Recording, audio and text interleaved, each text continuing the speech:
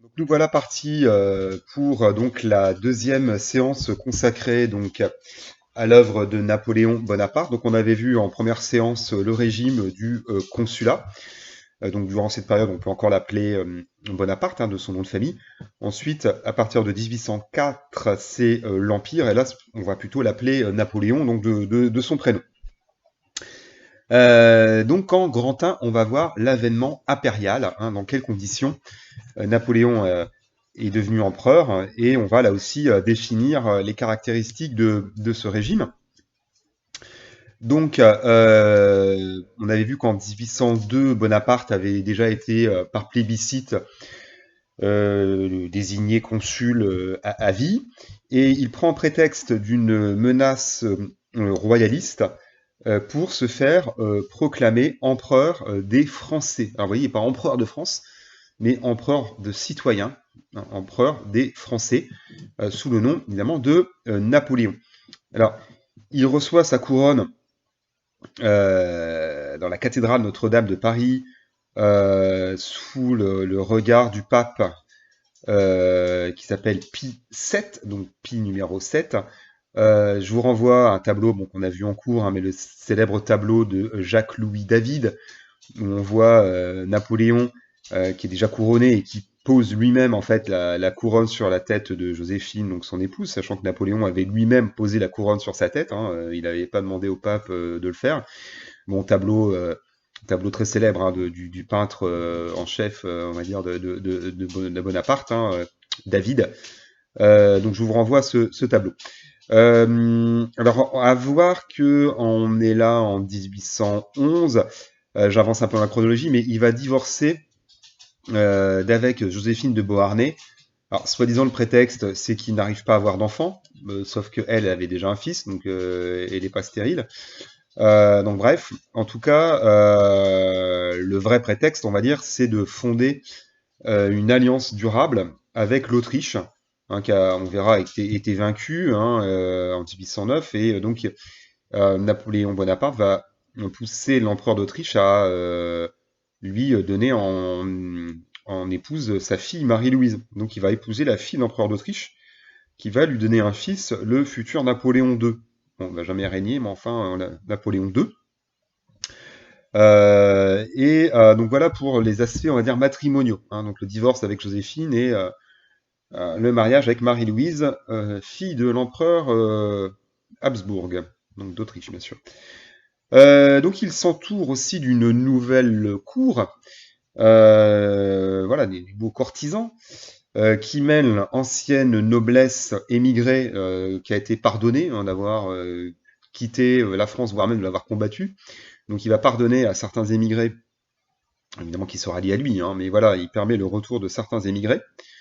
Hein, quand on dit émigrés qu'une majuscule, hein, c'est ces nobles qui ont fui la Révolution. Et il s'entoure également d'une noblesse plus récente, qu'on appelle une noblesse d'empire. En fait, ce sont des officiers, des généraux, des fonctionnaires qui sont récompensés de leur loyauté en obtenant des titres de noblesse, hein, ou des titres voilà, de maréchaux, etc.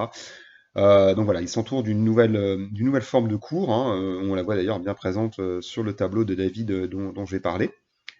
Alors pour l'anecdote aussi, hein, pour récompenser les mérites des serviteurs de l'État, il institue la Légion d'honneur, donc qui existe évidemment toujours de nos jours. Donc on peut qualifier le régime impérial, bien sûr, de régime monarchique. Attention, un régime monarchique, c'est pas forcément une royauté. Hein, la monarchie, c'est le pouvoir d'un seul. Donc un empire, voire même une dictature, c'est une monarchie. Souvent, bon, en monarchie, en français, on pense royauté, mais c'est un petit peu plus subtil que ça. Bon. En point suivant, on va qualifier donc ce régime quand même, hein, des caractéristiques. On va bien voir que c'est un régime là monarchique, ça c'est clair, autoritaire aussi, implacable. Donc l'empereur concentre évidemment tous les pouvoirs exécutifs, hein. Les assemblées sont maintenues, mais au moins aucun pouvoir faible. On parle même de chambres d'enregistrement, c'est-à-dire voilà, elles sont là, chambres dans le sens assemblée, hein, elles sont là que pour enregistrer les décisions de l'empereur, donc elles n'ont aucun rôle. D'ailleurs, les candidats, on avait vu, hein, sont choisis par le pouvoir, hein, donc la même chose que sous le consulat. À voir également que la censure est rétablie, notamment évidemment la presse. les préfets ont tout fait tous les matins de lire la presse et de censurer les passages gênants. Donc c'est les préfets qui s'occupent de ça. À voir aussi que la police est réorganisée, elle est omniprésente avec un ministre qui a fait une longue carrière aussi sous la Révolution, qui a planté sa veste, voilà, qui s'appelle Fouché, donc qui est assez connu. Hein, c'est voilà, un des ministres, des principaux ministres de Napoléon, donc Fouché, hein, qui organise la police, qui profite aussi de nombreux indiques, hein, des mouchards, hein, qui surveillent les opposants, qui écoutent les conversations dans les cafés, dans les ateliers, etc., dans les lieux publics. Donc la police a un œil sur les opposants, hein, avec des mouchards. À voir aussi que les ouvriers, évidemment, sont très encadrés, donc on se méfie, voilà, d'un renouveau des revendications ouvrières, hein, ou en tout cas populaires, parce qu'il y a une classe ouvrière qui commence à apparaître dans les milieux urbains. Hein, c'est les tout débuts, les prémices de la révolution industrielle, donc en tout cas, voilà, les manufactures, les ateliers, il commence à avoir une classe ouvrière et qui évidemment qui veut des droits et ils sont très encadrés, les ouvriers évidemment n'ont pas le droit de grève, n'ont pas le droit de réunion, ils ont même, voilà, leurs déplacements sont très encadrés. Ils sont encadrés en fait par un livret, une espèce de passeport, de journal de bord qui est tenu par les patrons, de manière évidemment de les surveiller de près. Donc on pourrait aussi le qualifier de régime donc autoritaire, mais aussi réactionnaire. Enfin, c'est-à-dire, voilà, c'est plutôt un régime qui fait la part belle aux propriétaires, voire aux bourgeois, et qui, voilà, c'est un régime qui encadre sévèrement les ouvriers. Alors on remarquera quand même, et c'est intéressant de noter, c'est une continuité avec la Révolution. C'est une synthèse en fait, intéressant Napoléon, entre l'ancien régime et les acquis de la Révolution. C'est en ça qu'il est si important et si particulier, parce qu'il fait la synthèse, on va dire, de deux mondes. Déjà, il va jamais restaurer totalement l'ancien régime. Il ne reviendra jamais à la France d'avant 1789. Il fait confirmer l'abolition des privilèges, qui ne seront jamais rétablis en France. Hein. Donc en clair, le clergé de noblesse ne retrouvera jamais ses privilèges d'avant la Révolution. Il confirme l'égalité civile, même si la femme a un statut mineur, ça on peut aussi peut-être quand même le dire. Hein. Dans les codes civils, la femme française a à l'époque un statut mineur, donc elle est sous l'autorité d'un tuteur, on en avait parlé en cours, hein, voilà, mais en tout cas la femme française à l'époque, si elle veut travailler, doit demander l'autorisation soit du mari, soit du père, donc voilà, la femme est très encadrée.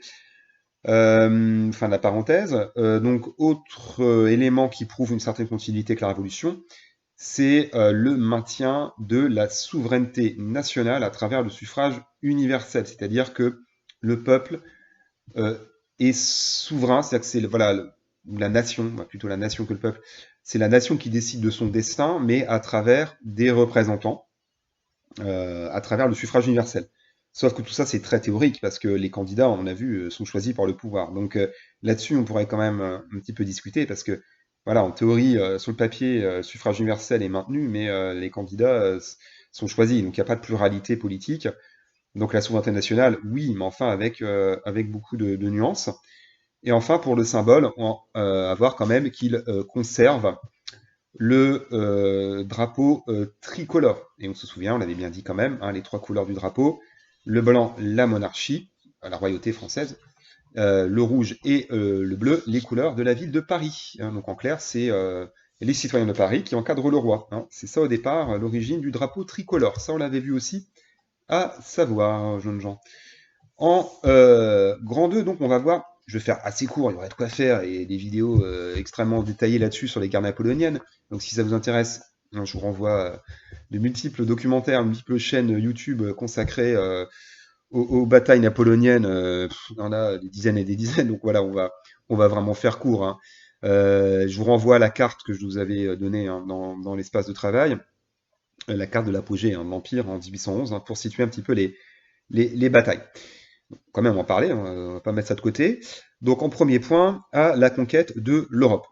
Alors, à voir déjà que vers 1802, on avait dit la France se réconcilie, en tout cas elle instaure une paix avec les Autrichiens d'abord, et ensuite avec les Anglais, sachant que le nord de l'Italie et les Pays-Bas sont toujours occupés par les Français. Mais enfin, en tout cas, voilà, il y a une période assez brève, mais de paix.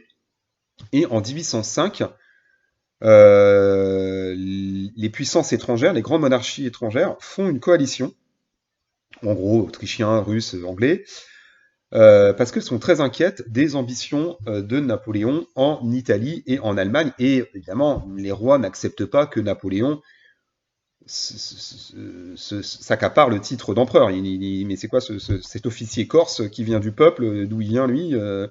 Bon, du peuple, façon de parler, il vient de la petite noblesse. Mais enfin voilà, il vient pas des grandes familles princières. Et eux, ils le regardent mais comme un vague officier. Donc voilà, ils ne l'acceptent pas comme tel. Ils veulent rétablir la monarchie française telle qu'elle était. Donc il y a cet aspect-là aussi à avoir en tête, hein, clairement.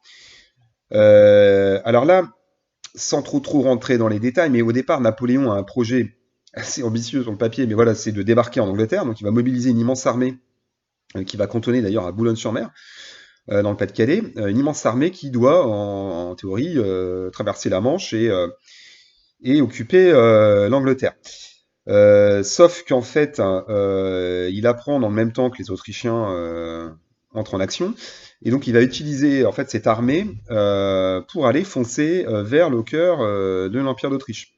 Donc à marche forcée, littéralement, les Français traversent l'Europe, on va dire, et vont battre les Autrichiens et les Russes à la bataille d'Austerlitz. Donc on est là en décembre 1805, donc première très grande victoire, une victoire illustre, contre les coalisés, donc autrichiens et russes.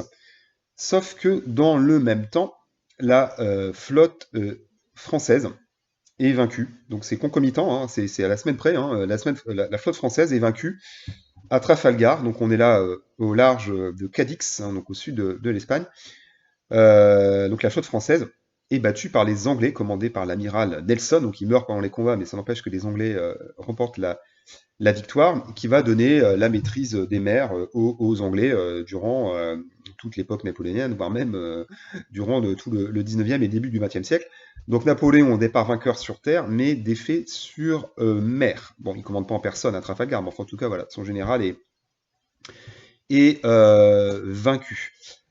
Voilà, je vais m'arrêter ici pour cette première séance. Donc, on a vu un petit peu le contexte des guerres napoléoniennes. Comme ça, ce sera peut-être plus court et je ferai une dernière partie sur voilà, la suite des guerres napoléoniennes et la défaite finale. Voilà, à tout de suite.